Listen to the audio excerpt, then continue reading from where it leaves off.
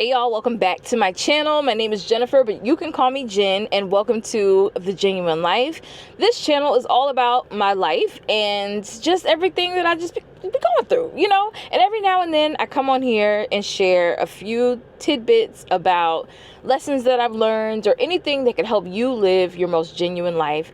And so today I wanted to take a moment to share with you 5 things that I do as a rideshare driver with Lyft that make me feel very comfortable and safe while doing it. I know when I first started thinking about doing it after getting laid off, I was a little bit unsure about what it all entailed and what it was going to be about, and having people in my car really gave me anxiety. And so I thought maybe I'll do a video. I've been driving now for about 2 months and definitely getting more and more comfortable by the day, and so I figured it'd be pretty cool to do a video for someone who might be thinking the same thing. You might be nervous, scared, unsure. Hopefully by the end of this video I'll be able to ease some of those fears, but of course if you have questions, feel free to drop them in the comments below.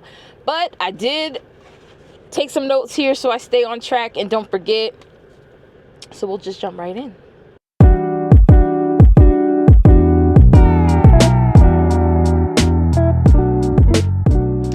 So number 1, the first thing I would tell you to do is to carry a small bag with you with things that you feel are essential to make you comfortable. So for me, I have this, I actually took like a cosmetics bag from Glamaholics. I'm a big Glammy fan. And in this bag, I have like a mini fan in case I decide to take a walk in between breaks. Of course, my camera equipment is in here, which may not be essential to you. I have a small wallet, with all of my things in it. In here, I also keep snacks. So I have a bottle of water with me. Right now, I'm really into like Twizzlers. So I just have Twizzlers and a pack of gum. So just very small things, but things that I might want while I'm out on the road throughout the day. So that's something that you want to keep in mind. And it's small enough for me to be able to stick underneath the seat in case I do have to have a passenger in the front. And, it doesn't take up too much space. So I would tell you, whatever you need to be comfortable, pack it, include it. This is your car, and sometimes you might be in here for 2 to 3, sometimes 8 hours a day, and so you just want to have everything that you would want to be comfortable to continue doing a drive. Number 2, if you want to maximize your earnings, I tend to lean more toward the Lyft app over Uber. You'll hear many different people give you different types of advice, many telling you to turn both apps on at the same time.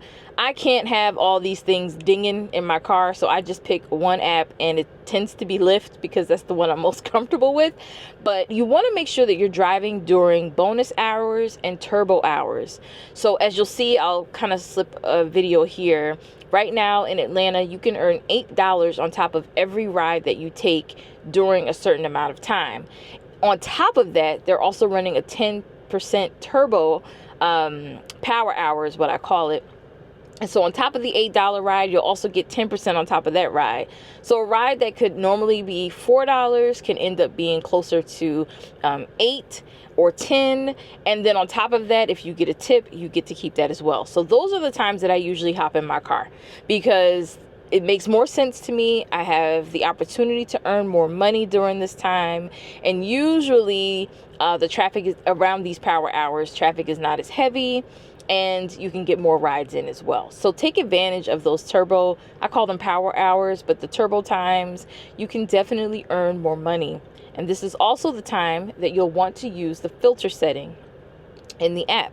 So what I did not know prior to signing up with Lyft was that I'm really in control of where I go. So you can choose to stay within 5, 10, 15 miles of a radius that you're in. You can choose to stay in one particular area. With Lyft, you also have the opportunity to pick up women and non-binary drivers if that's your preference. So you'll be matched with more women and non-binary riders. Which makes me feel super safe as well. So that's just another filter that you can use if you wanted to kind of narrow down who got in your car. Tip number 3. Sounds pretty self-explanatory, but I'm going to share it anyway because I think it's super, super important. You want to keep a clean car. And with that, I also keep sanitizers and Lysol spray and wipes. So just about, I would say with every 2 rides, I hop out. I just park the car somewhere, hop out, wipe down the handles, wipe my back seat down, spray the entire car, and keep my car sanitized. One, because I just don't know who's getting in here, okay? And also, I would want someone to have a clean car when I get in there. If you're in a bind right now and maybe a car wash is not in the budget, because I've been there as well, it's totally fine. I think the most important thing is to gather a couple of quarters and vacuum your car out.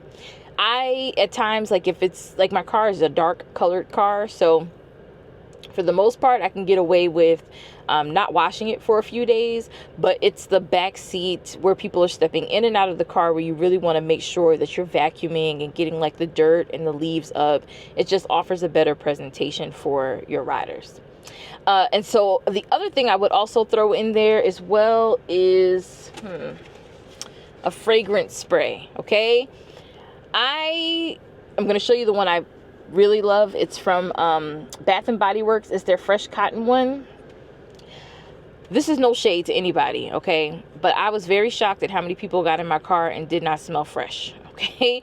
And so you're in a car with someone for 5, 10, 15, 20, sometimes 30 minutes and up, and you just don't want anything smelling like weird. And then when they get out of the car, I just want to make sure it's prepared for the next rider that's hopping in. So I just want everything to smell fresh and clean, and this has been the best thing for me. Now, it is a concentrated room spray, so you do not need to spray too much of this stuff if this is what you decide to get.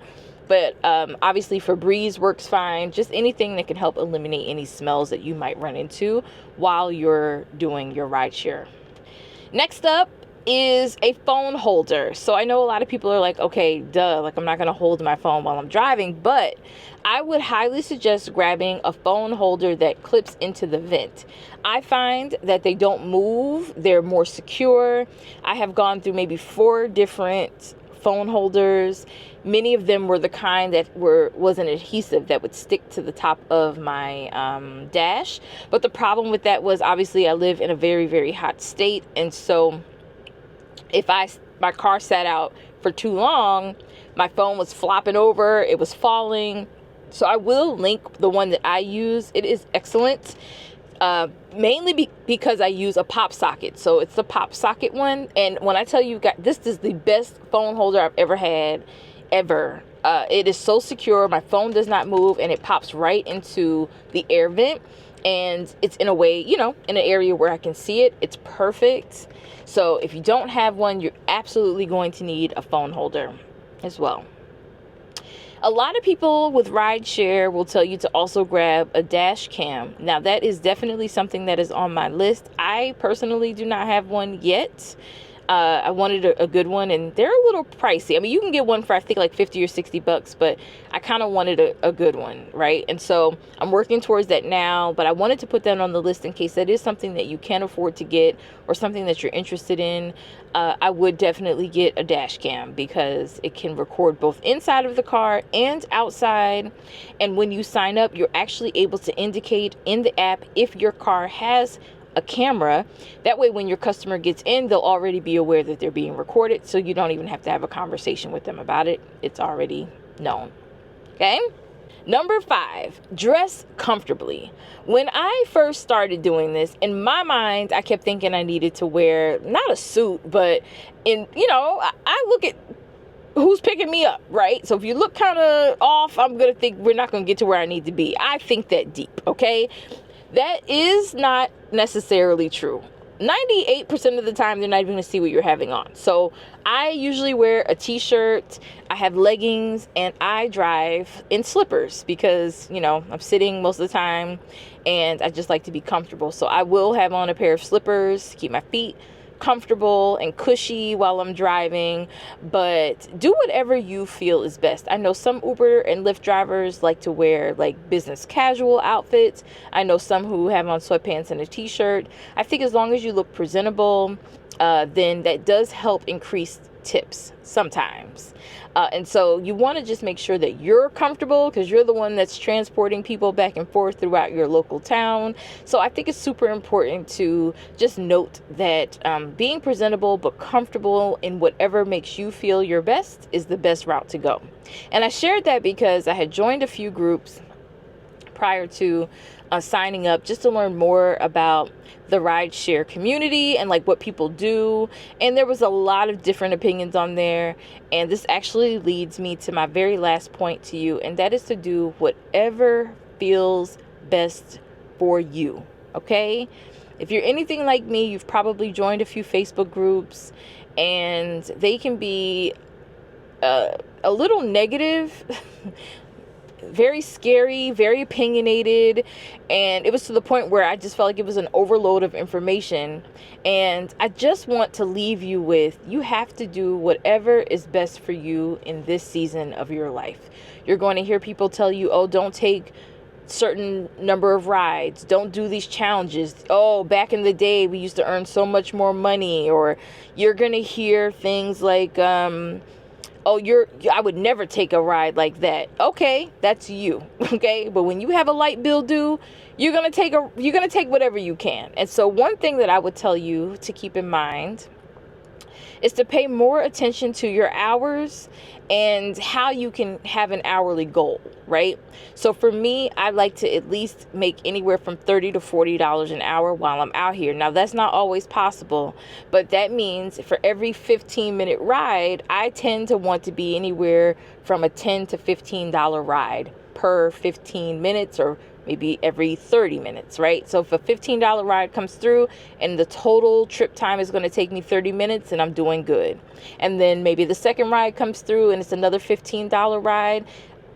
Boom, I hit my $30 an hour goal. So figure out what your goal is and then accept rides based on that.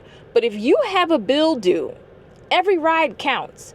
And the best part about it is you don't know who's leaving you a tip. I have taken rides that were $4 and they were quick rides and have been left $5 or $10 tips.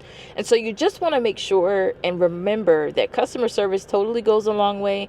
And if someone is going to tip, they're going to tip regardless. Okay? It doesn't matter how nice you are. You could be uber nice, and some people just won't, no pun intended. And some people just won't tip, right? Because that's just not what they're doing. But then you'll have someone who you least expect a tip from, and they will tip you. So just do it because you want to be out here, or because you have goals and you want to keep those goals in mind and get the job done. And that's it. For me, I have chosen not to drive in the city. I know you're probably thinking like, what in the world? That's where all the money is. It may be, but there are people outside of Atlanta that need rides as well. And so I take full control of my day in that way. I decide what area I want to be in. I set my radius, and I set my dollar amount goal, and I get to work. And I just really wanted to leave you with that, because I think sometimes when we're in a season where we might be trying something new, or nervous about trying something new, we tend to lean to others who have done it before. And sometimes they're not as warm and friendly as we would want them to be in welcoming us and trying something new. And so I wanted to be that welcoming voice to you. Lyft has been such a benefit to me in this time of me being laid off. I never would have imagined me getting behind the wheel and helping people get to their destinations. But sometimes I understand that it's bigger than just getting people to work. You know, I've taken people to the laundromat. I've helped drop people off, take them and their child to school. You know, you don't know what you're doing for someone that day. And I think that that's been the best part about doing it, is that it's like, you know, you're helping your community out in a way. But, you know, I will also tell you, you have to know your car. You have to know, everything has to make sense, right? So I want to be really clear. I'm not telling you to take anything that's going to cause you to run out of gas and then you've made no money for the day. Like, be smart. But at the end of the day, every ride counts. And so keep that in mind and learn to kind of filter through information that you don't need and apply what it is that you're looking for and what you need, and then go from there. And you'll be fine. I know you are. Yeah. Also, I mentioned this earlier, but find the Facebook groups. Even though some of them can be a little negative, they are filled with great information. It's actually how I figured out like how to do the whole hourly rate thing. So talk to other Lyft drivers, talk to me. If you have questions, feel free to leave them in the comments. I will also leave a link to sign up if you're interested in joining the Lyft family. You can actually earn, I believe it's like $1,200 after you complete a certain number of rides. So that's a great way to kickstart your Lyft time. But yeah, I hope this video was helpful for you. These are just a few things that I've done to make this a better experience for myself. And I am getting ready to go attack. It is now a power hour here in Atlanta. And so I can actually earn $8 on top of every ride. So I am totally going to take advantage of this. I really hope you found this helpful today. And if you need anything, just let me know. Leave a comment and I'll be sure to respond. I hope you enjoy the rest of your day, and I will talk to you soon.